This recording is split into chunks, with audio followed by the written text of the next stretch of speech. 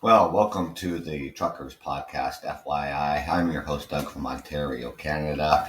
It is 9 a.m. Eastern Standard Time here in Southern Ontario, Canada. Today we'll be talking about the housing crisis. Thank you for joining me.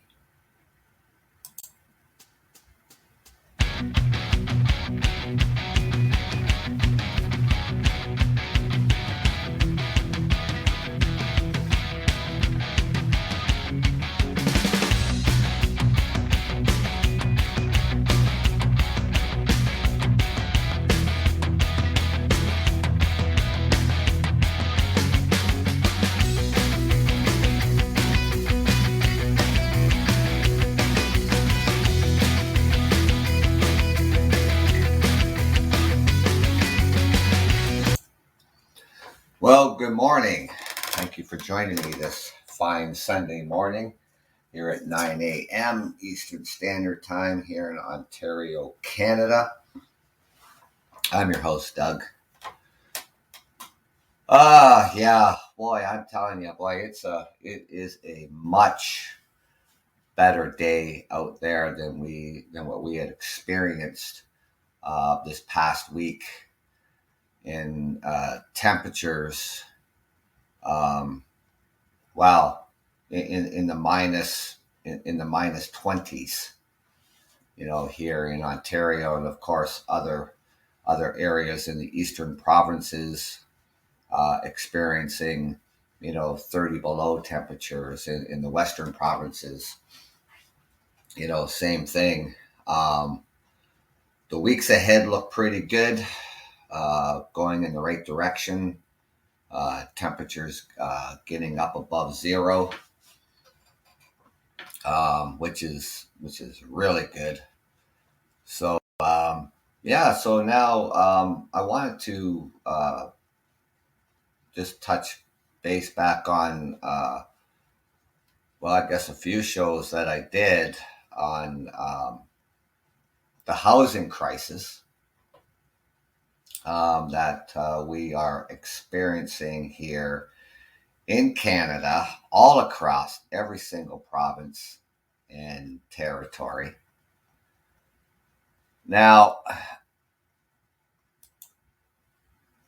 affordable, I mean, affordable housing.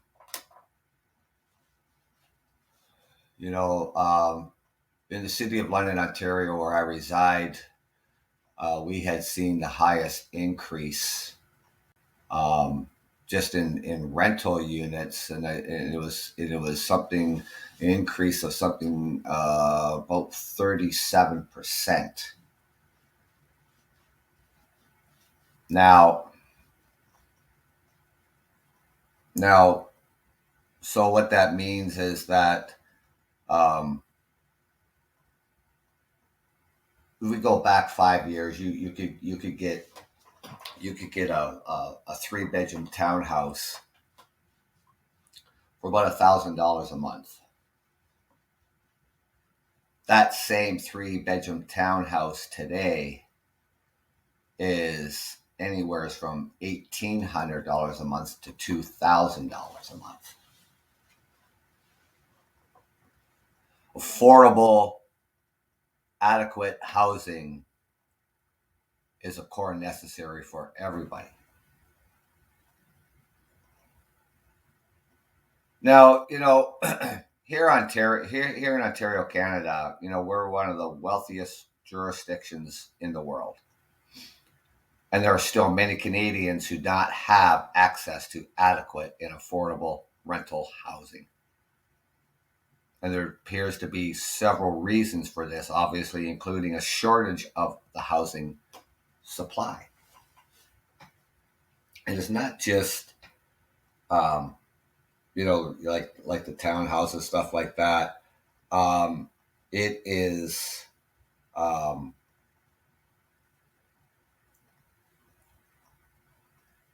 housing for low income or social housing. We haven't, like even here in the city of London, we have not built any social housing since the 80s.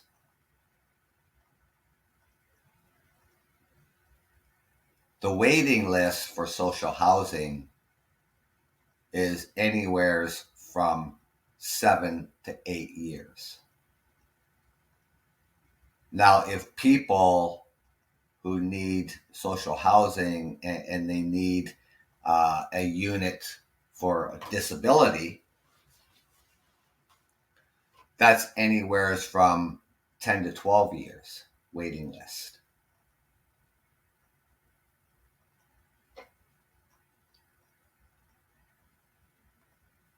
We haven't built really, when it comes to, for townhouses, for market rent.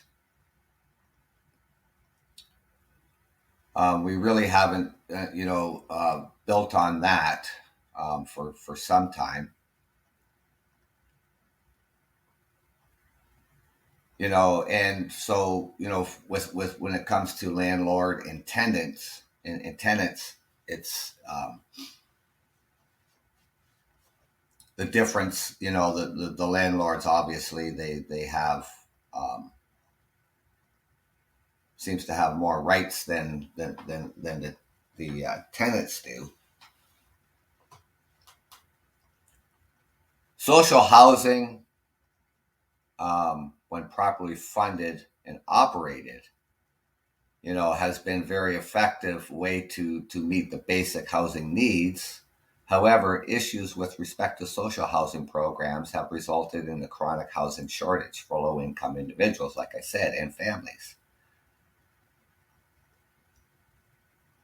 And that long waiting period, what I just mentioned to you, 7 to 8 years to get into social housing.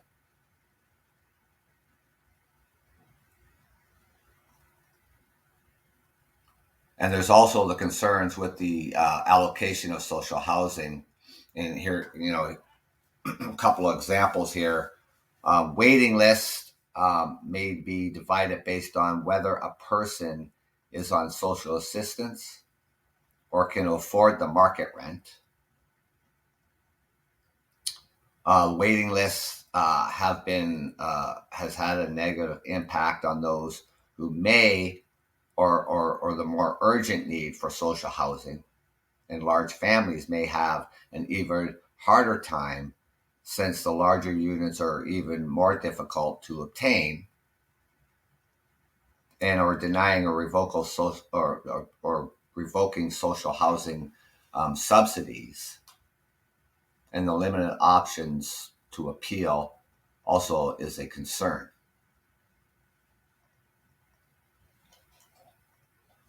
Now,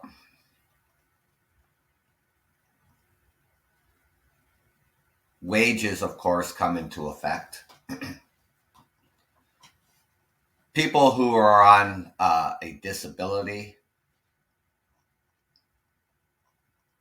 so a single person who's on a disability, it's roughly $850 a month. A single person who is on social assistance is about $740 a month.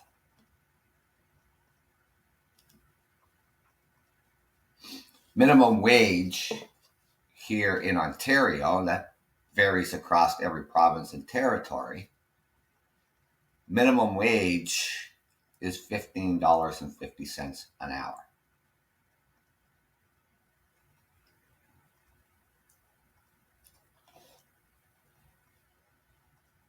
A lot of businesses pay more than that. That's just the set rate for, stepping into a job. They don't, that's the minimum wage that you start at. People who, work in the hospitality, people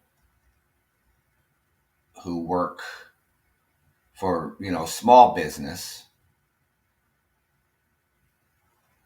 generally are not going to make really any more than $17 to $18 an hour.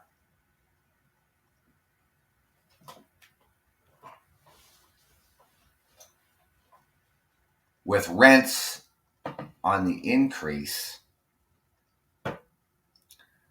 and shortage of housing, whether it's an apartment building, townhouse complex,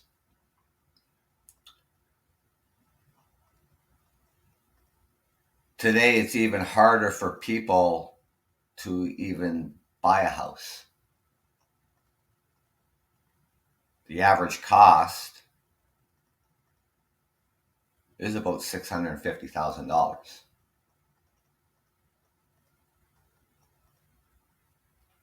An income to even, that's base of what houses are going for in the city where I reside.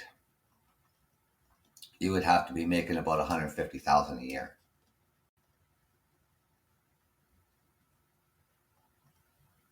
$5% down on a house just doesn't cut it anymore. You're going to have to be putting down 20%. And how are you going to save for that on, the way things are going right now, on the increase of not just the cost of groceries.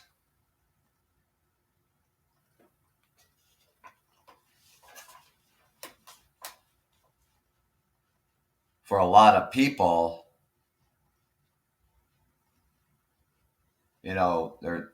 for how many people are struggling out there to pay their rent, pay their bills, and put food on the table.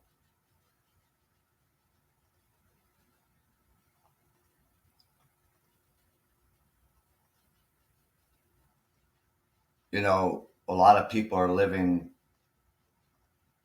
they're one paycheck away from becoming homeless.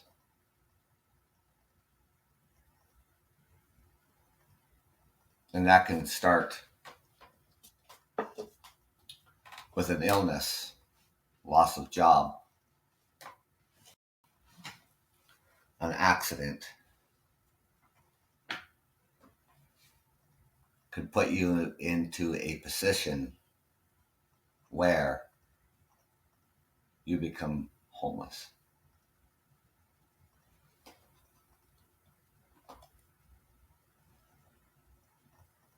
Now, co-op housing is another attractive source of affordable housing. And however, once again, there are long waiting lists for co-op housing and very few new co-op developments.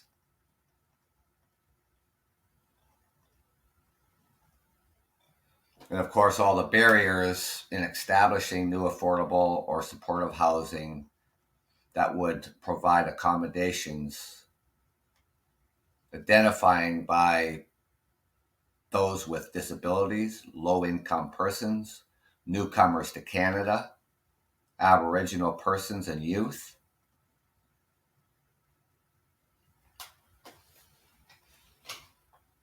Zoning bylaws that could restrict development based on people who live there.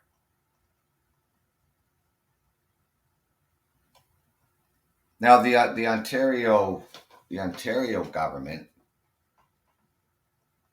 Build More Houses Act, decided one day that they want to use the protected green belt areas. And the same Ontario government who made these areas to remain protected, now they want to turn around and start developing on these protected lands. Cities and municipalities are arguing that no, we have other lands that we can use.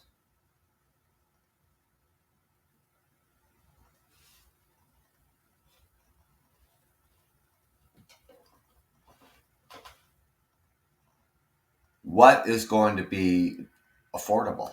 We have areas in this city where they're building. We do have projects in place and projects that are going ahead, um, for 6 to 7 story buildings that will be geared to income. When it comes to other developers, building their high rises um, in all around the city here, um, they're more or less going to be condos. And our skyline in our downtown area, the buildings are going up, and for to be condos, they're going to be rental units, and I mean they're just going to be out of market rents that people are just not going to be able to afford. There's another area in the city here. It's a large property. It used to be a hospital for people who have serious and chronic mental illness. So that land is being used, and it's going to have single family homes, townhomes, high rise buildings,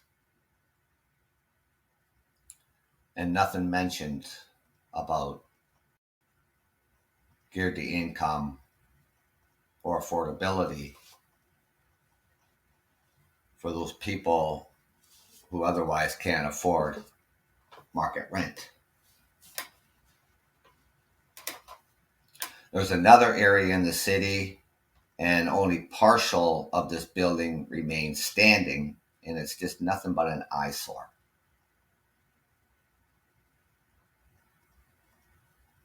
There's another area of the city where they could build affordable housing units, and it's actually big enough they could put a couple small buildings on that property for affordable rent.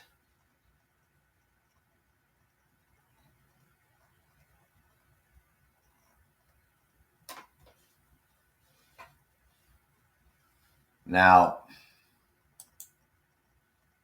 what the government plans on doing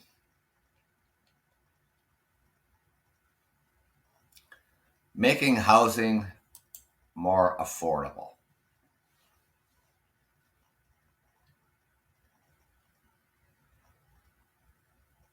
Now, the government is talking about everyone should have a safe and affordable place to live. And this budget 2022 is taking the steps that will build more homes and make housing more affordable across the entire country.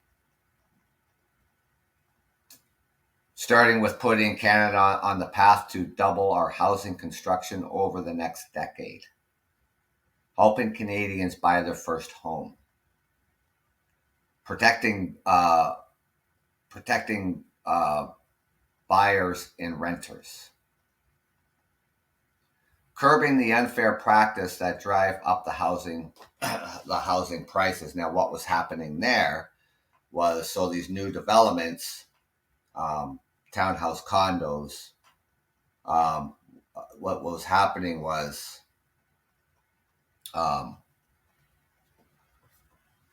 you'd put your deposit down,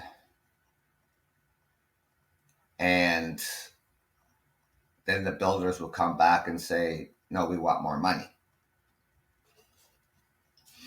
So for an example, your house was going to cost you $650,000. You put down your deposit. They're going to build the house,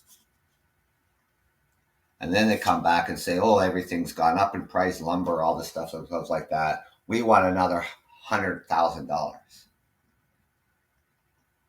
And this practice was going on for some time. Over asking, when it came to the house sales the last couple of years, over asking, if your house went on the market, for $550,000, people are getting as high as $150,000 over asking. And that put a lot of people out of the market. Because the bank is only going to lend you so much money. And it can't be more than 30% of your income.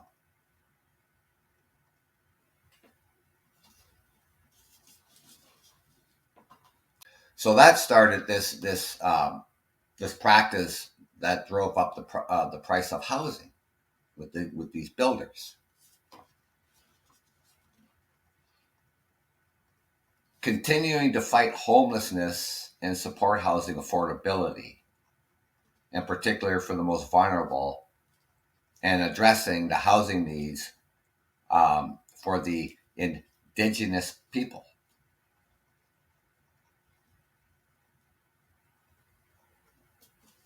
And they want to start with helping people with a tax-free first home savings account.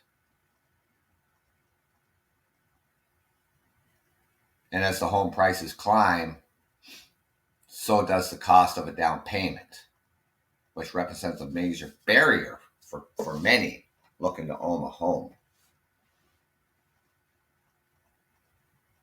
So this tax-free home savings account would give prospective first-time buyers the ability to save up to $40,000. Well, you're going to have a pretty good income to even set money aside and save up to $40,000.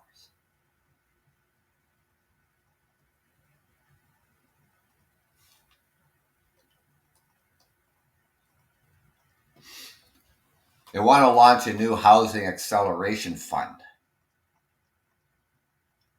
Building more houses will require investments, but it'll also require changes to the systems that are preventing more houses from being built. They'll have a target of creating 100,000 net new housing units over the 5 years, to provide $4 billion over 5 years, starting in 2022, 2023, to launch a new housing acceleration fund. They also want to work on rapidly building new affordable housing to ensure that more affordable housing can be built quickly, to provide $1.5 billion over 2 years, starting in 2022, 2023, to extend the Rapid Housing Initiative. And that's to help to create at least 6,000 new affordable housing units, with at least 25% of the funding going towards women-focused housing projects.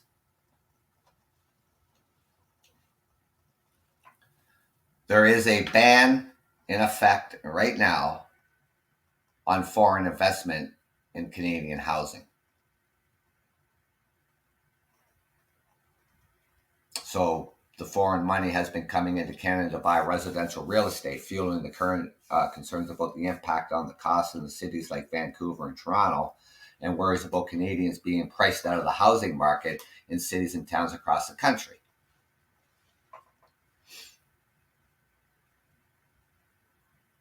And that goes without saying when I say that, getting over asking, not just from foreign investments, but, even still here in the country.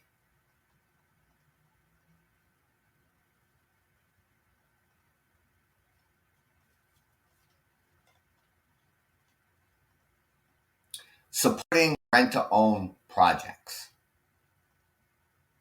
So this, rent-to-own arrangements can help, alleviate the barriers posed by rising home prices by providing more time and support to renters on the path to home ownership, and by allowing them to live and grow in their homes. So you'd be paying your rent, and that'll be going towards the down payment, and you continue to pay it. And then when you get enough money together, saved through the rent to own projects, then you can go to the bank and purchase that home.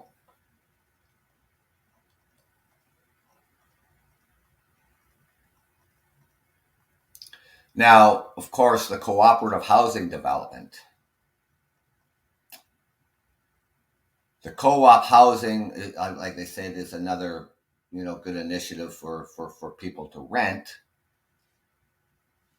and they want to have like 500 million of funding on a cash basis from the National Housing Co-Investment Fund to launch a new cooperative housing development program aimed at expanding co-op housing in Canada.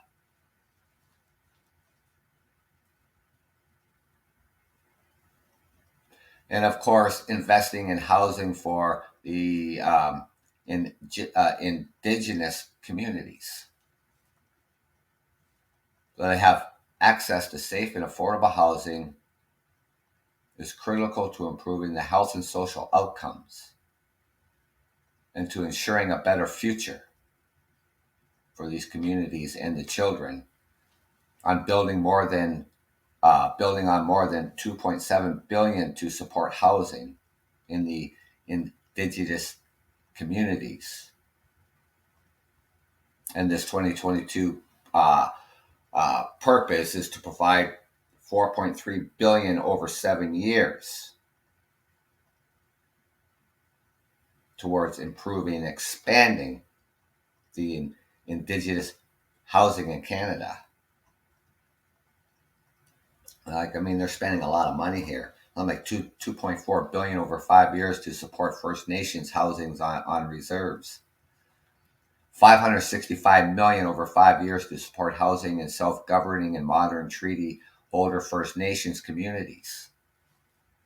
845 million over 7 years to support housing in the Inuit communities. 190 million over 7 years for housing in the Métis communities. And 300 million over 5 years to the co-development and launch an urban, rural, and northern indigenous housing strategy.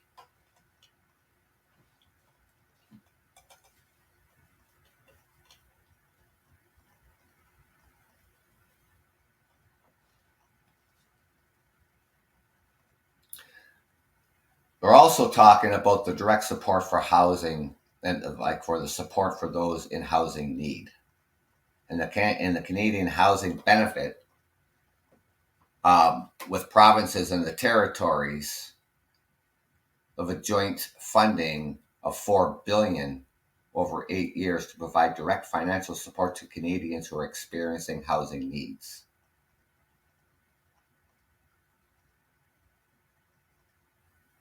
And this other part here, to further support the struggling with housing costs, this budget 2022 proposes to provide 475 million in 2022-2023 to provide a one-time $500 payment to those facing housing affordability challenges, with the details and delivery methods to be announced later. This has already come into effect, and it's a one-time $500 payment.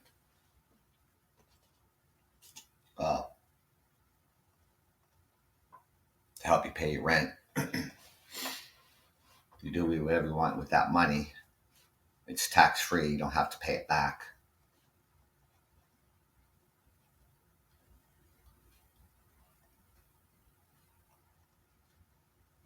Now, the other things that they're working on here is speeding up the housing construction and repairs for the vulnerable Canadians. That goes without saying. So fixing up the social housing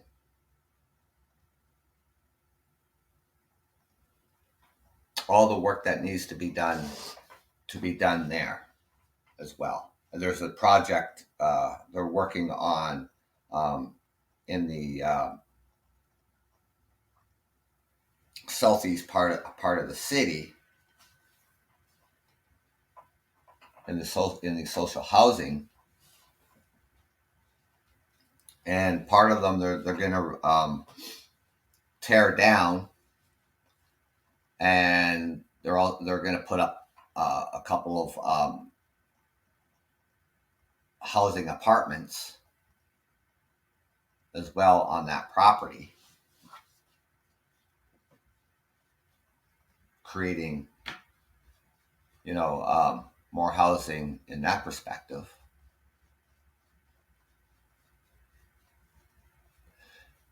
Now it comes down to the long-term supports to end homelessness. So the Canada's homeless strategy, the federal government has committed more than $3 billion to address homelessness, including double the annual funding for 4 years in response to this issue. This proposal is to provide $562 million over 2 years, beginning in 2024-2025, and to continue to provide doubled annual funding for Reaching Home to provide longer-term certainty for the organizations doing all this vital, important work across the country and ensure that our communities have the supports they need to continue to prevent and address homelessness. Which, by the way, is at a crisis, is at a crisis level. So why do we wait for things to become a crisis?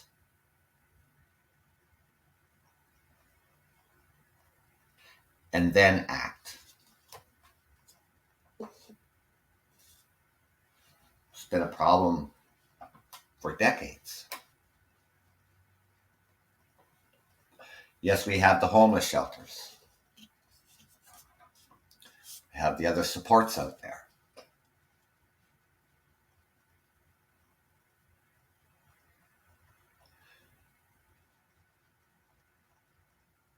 For the funding, for the shelters. Then the government came back and said, okay, well, they talked about this a year, maybe a year and a half ago, started to limit how many beds can be in a shelter.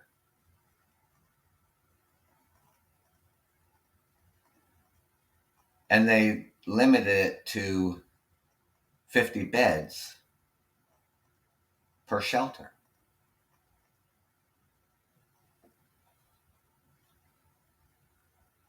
I thought to myself, how is that going to help?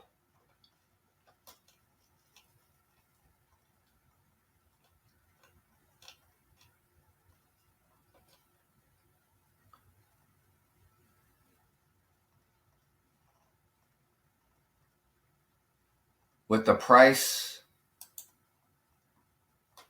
and inflation, when it our basic necessities. 20,000 Londoners can't afford food as the need reaches record territory. 20,000 Londoners are accessing the food banks.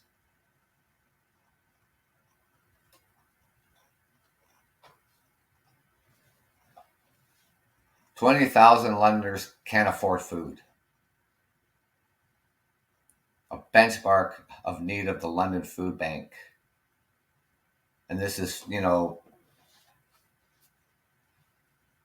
more than, people and families, this London area food bank has been going on for 36 years. It started, it started back that it was to be a temporary solution. And here we are 36 years later. And we have 20,000 people here in the city of London who are accessing the London Area Food Bank.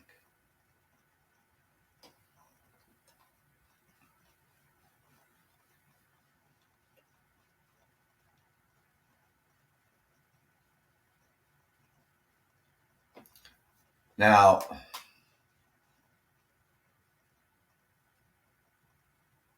imagine that,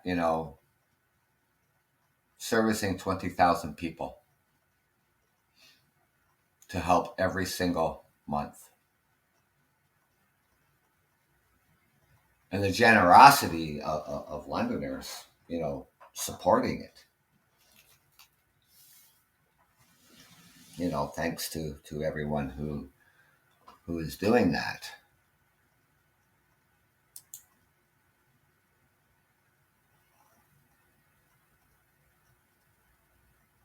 You shouldn't have to go to a food bank. Nobody should have to do that. Unfortunately,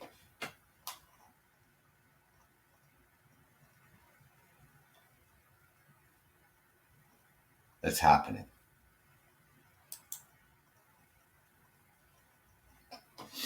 Now, affordability is out of the question.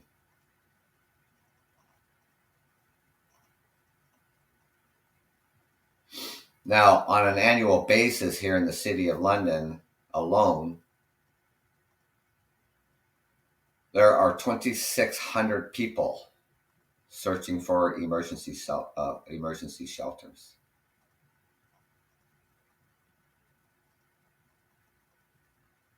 Nationally, there is about 35,000 Canadians living on the streets every single night.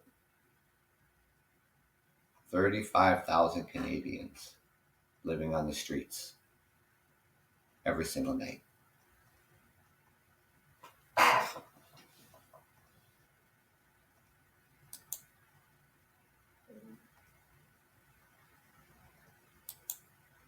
That is just staggering.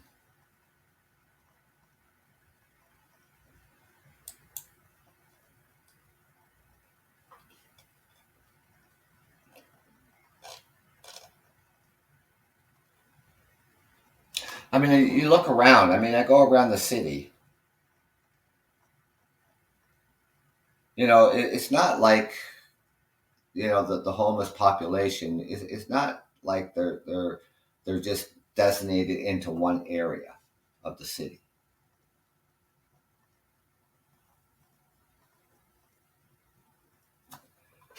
If you walk out of the downtown core and you go along the river, and even some smaller parks where people have set up tents, and along the riverbanks, these encampments that are popping up everywhere, all over the city.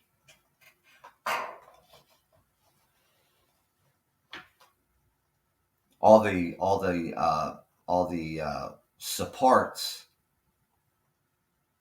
are in the downtown core. The homeless shelters, the medical centers, the food kitchens.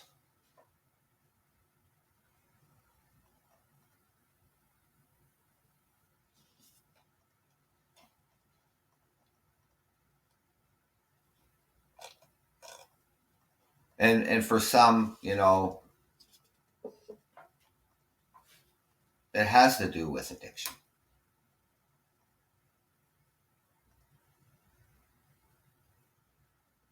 others find themselves in this situation because a loss of job.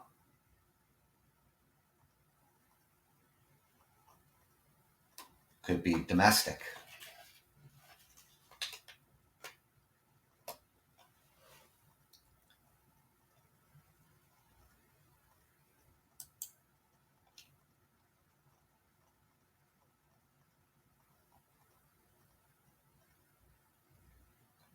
Now, I think it's this one here I was looking at here. Okay, so um,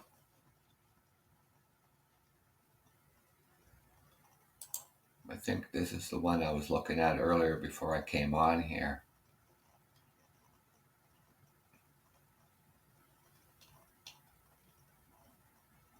Yeah, it was. Okay, so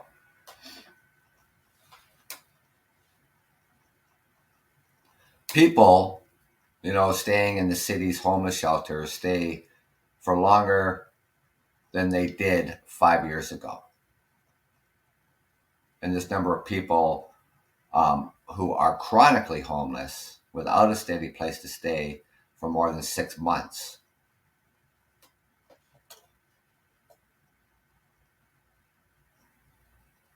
Among the findings, in the last 5 years, 10,782 people have stayed in the city's homeless shelters. 13% of those who stayed in shelters were 17 years old or younger. Fewer people used the city's shelters in 2016 to 2011, but those who did stay for an average of 41 nights has increased to 21%. The youngest people using homeless shelters are now 16, down from 18 years old. On average, men stayed in shelters for twice as long as women. 66% were males, 21% are females, 11% were dependent children and youth, 2% did not report their gender.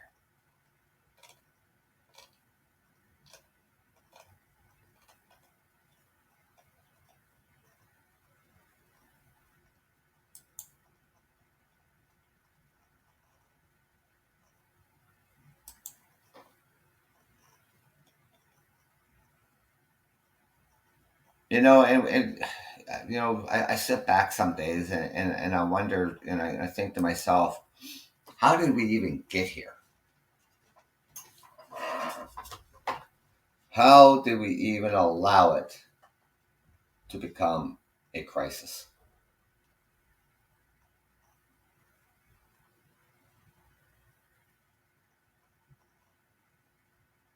Even what they think that is a livable wage.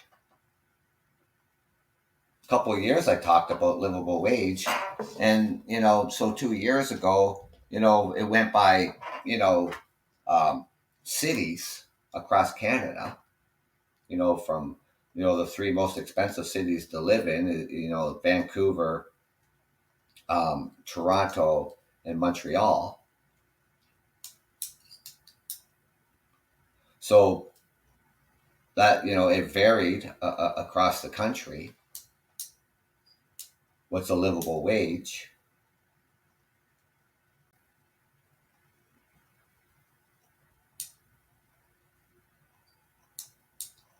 On average, go back a couple of years ago, they think that even for the city of Toronto, that $20 an hour is a livable wage. Here in the city of London, where I reside, I think they said it was around $18 an hour.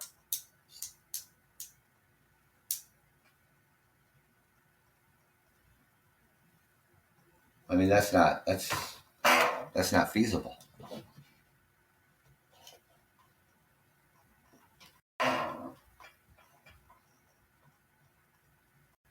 After tax, you know, $18 an hour.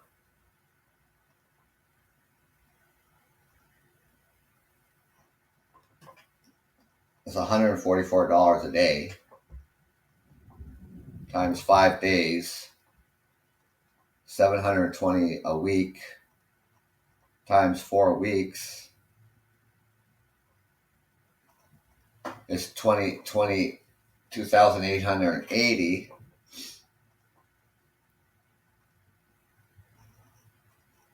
And then you're going to take the tax off. It's about 20, it's around maybe 25%. So that leaves you $2,160.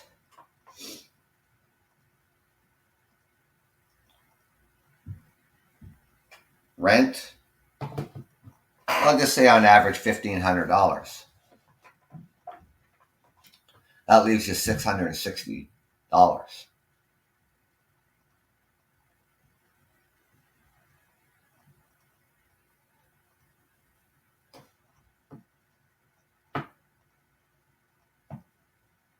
Not going to live on $18 an hour.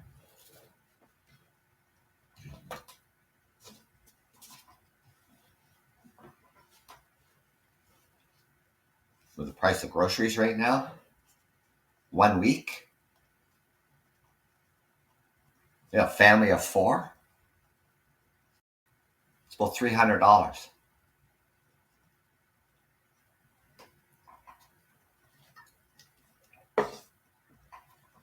$300 a week at least. The theft in grocery stores are on a rise.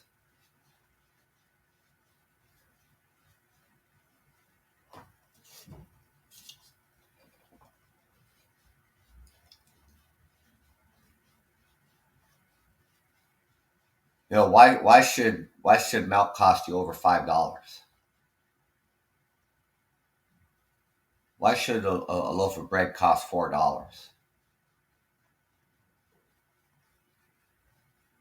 Box of cereal, nearing $10 a box for a box of cereal.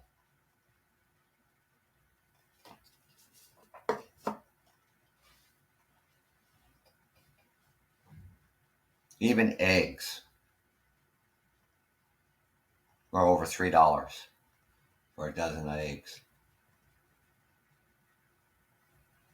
Never mind the protein that you need. Never mind the cost of the meat. Just to buy chicken and pork chops.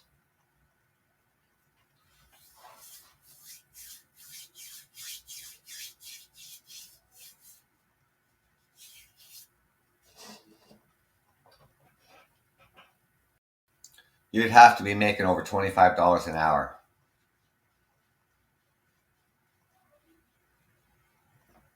I just based that on $1,500 a month in rent. I mean, we're not living on our gross income. We live on our net income after tax.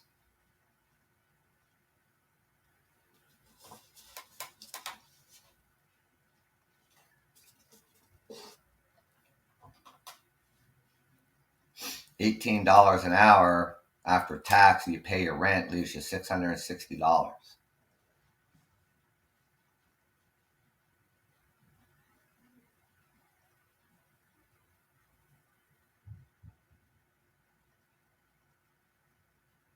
Maybe we went back 20 years ago or 25 years ago, $18 an hour. Yeah, it was doable.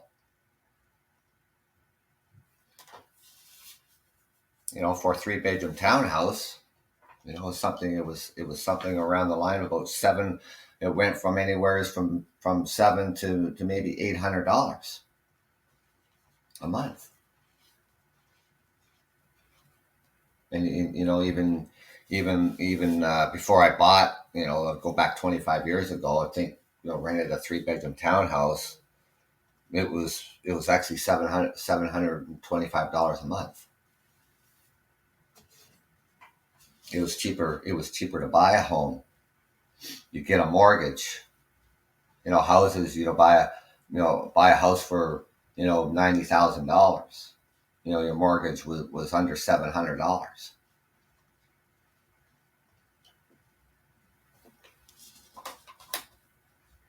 Now your mortgage is $2,500 a month, $3,000 a month.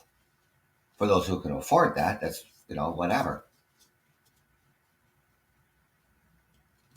Cost for renting units now, like I said, I mean, for a three-bedroom townhouse now, on average, it's around $1,800 a month.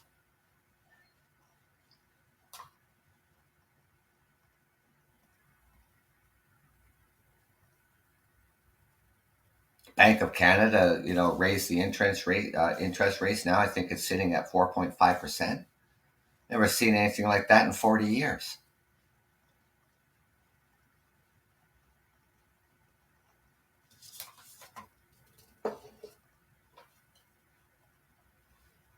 Now, all those things that I talked about, what the government's doing, I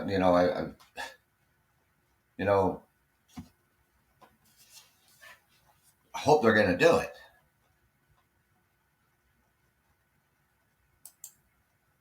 And they're spending a lot of money here.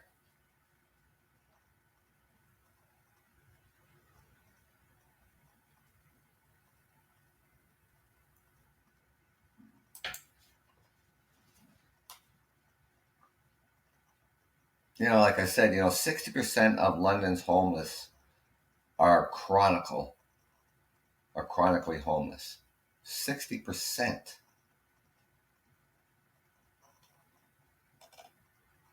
That 60% stays homeless.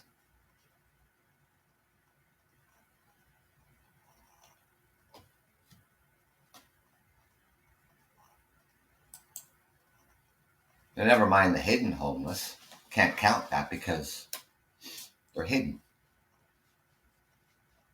Staying with family, friends,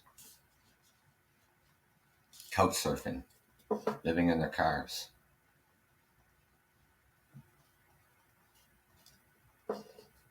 They have jobs, can't afford the rent.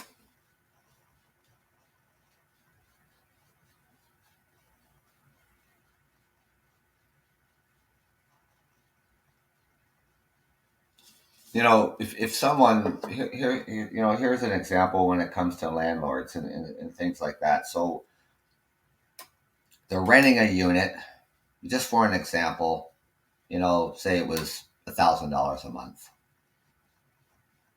People living in that unit got enough money together for a down payment on a home. They buy a home, they move out. That landlord now can charge whatever they want.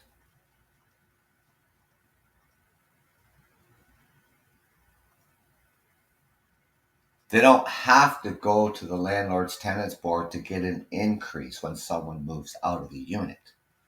If they want to get an increase because they did renovations, they can go and apply to the landlord's tenants board to go beyond I think it's right now sitting, for rent increases every year, I think it's like 1.2% if the tenant remains to stay in there. But if those renovations, cost the landlord money, then, he or she can go to apply to the landlord's tenants board and say, I'd like to raise the rent, above the percentage, to say I need to raise it 3%.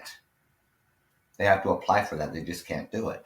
But if the tenants move out because they bought a house,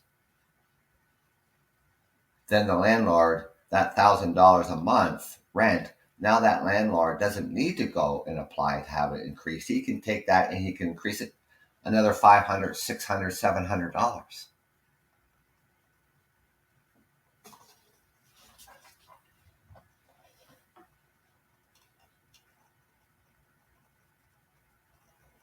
The other problems that tenants are facing, is the reno eviction, or family members going to move into that unit.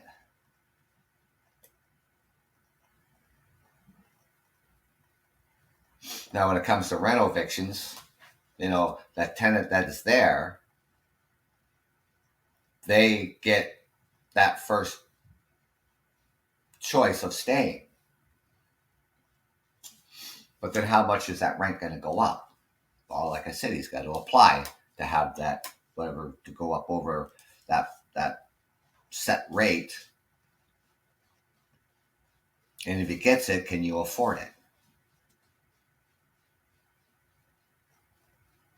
And then they want to rent to a relative, like a son or a daughter. They can evict you.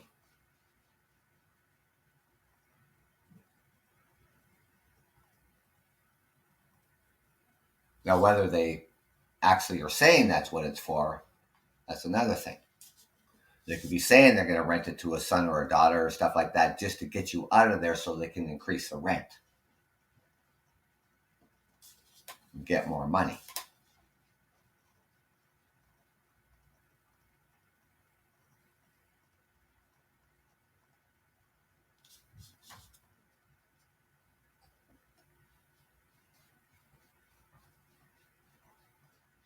And still, many people are behind. So many people are still waiting to go to the rental tribunal.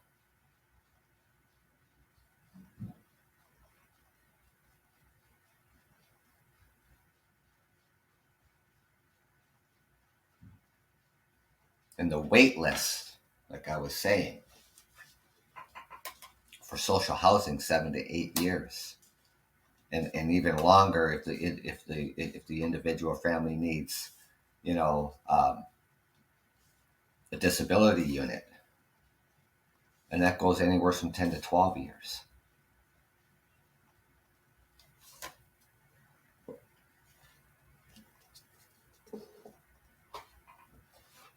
Wages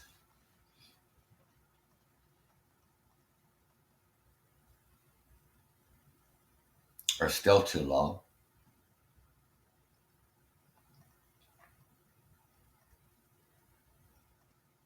How long is this going to go on for with inflation? When is it going to even off? When is it going to drop again?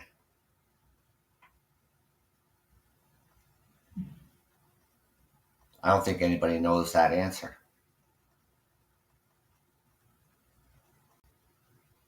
What's driving it? Who's behind the wheel of that? And who's been at the sleep of the wheel for so many years when it comes to even social housing?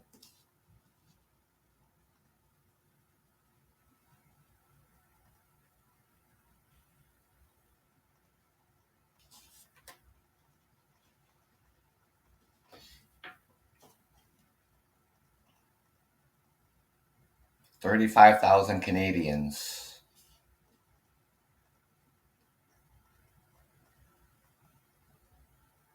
across the country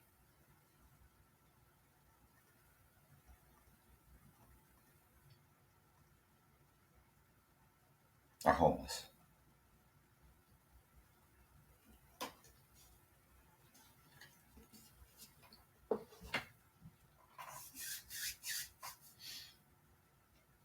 And now they're doing something about it.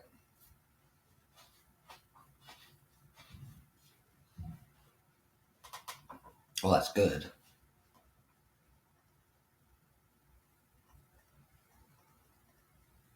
But in the meantime, people can't afford where they're living and living on the streets. 20,000 families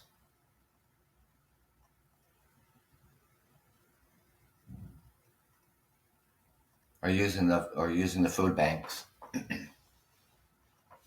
Unprecedented number. We've never seen this.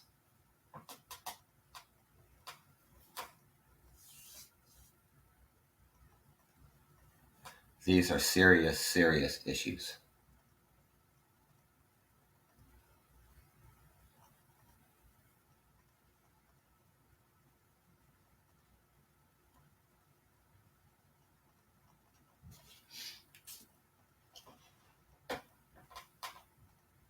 now I guess, I don't know, ladies and gentlemen,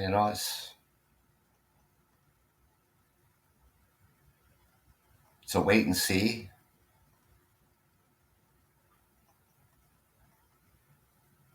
There is hope, but a lot more work needs to be done.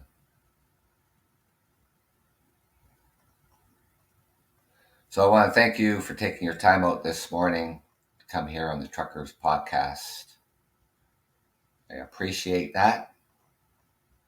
And I will be back out this evening. Like I talked yesterday, about getting more shows out there and ways of going about it.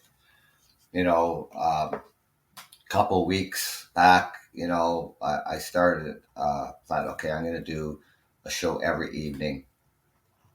And that was through Tuesday to Friday. So 2 weeks ago, that worked out well. This past week, not so well.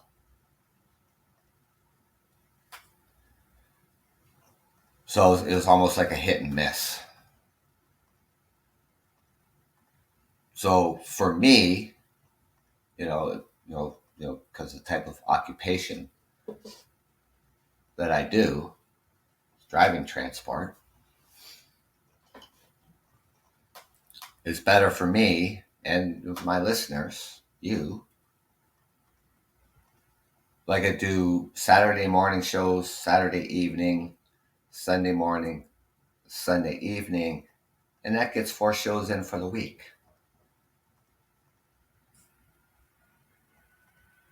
I would hate to put a show up during a weeknight and then not be able to commit to it. And you, the listeners, you're following me, and you get, Truckers Podcast, or we're just looking, when is he going to be back on again? He's going to be back on Monday night or Tuesday night. And then the show doesn't happen. It's out of my control.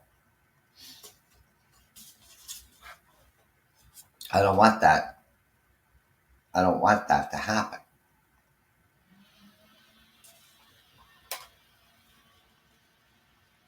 So the weekends are, at this point in time, are best for me. And hopefully they're the best for you, in the mornings and in the evenings. So I will be back out here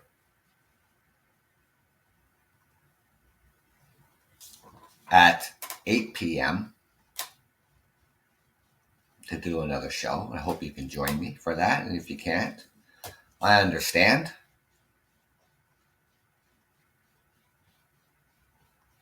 And we'll just take it from here, and besides, it gives, and when I do get home from work during the weekdays, it gives me other things to work on for shows and stuff like that. And then I'm going to be getting emails out to people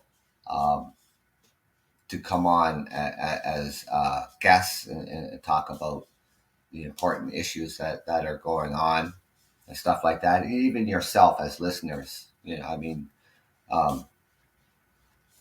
you can even come on as a guest and talk about a certain topic that you would like to discuss. That's fine. I'm absolutely okay with that. So I just want to start, building the show. I think right now, it's 408 shows I have done. It must be roughly around 420 hours, something like that, so keep increasing that and keep it going, so join me tonight at 8 p.m. if you can, and thank you for coming out this morning. Enjoy, what's left of your weekend, and enjoy the upcoming week, and have a safe week, and thank you for joining me. This is the Truckers Podcast, FYI. I'm your host up from Ontario, Canada. Thank you, ladies.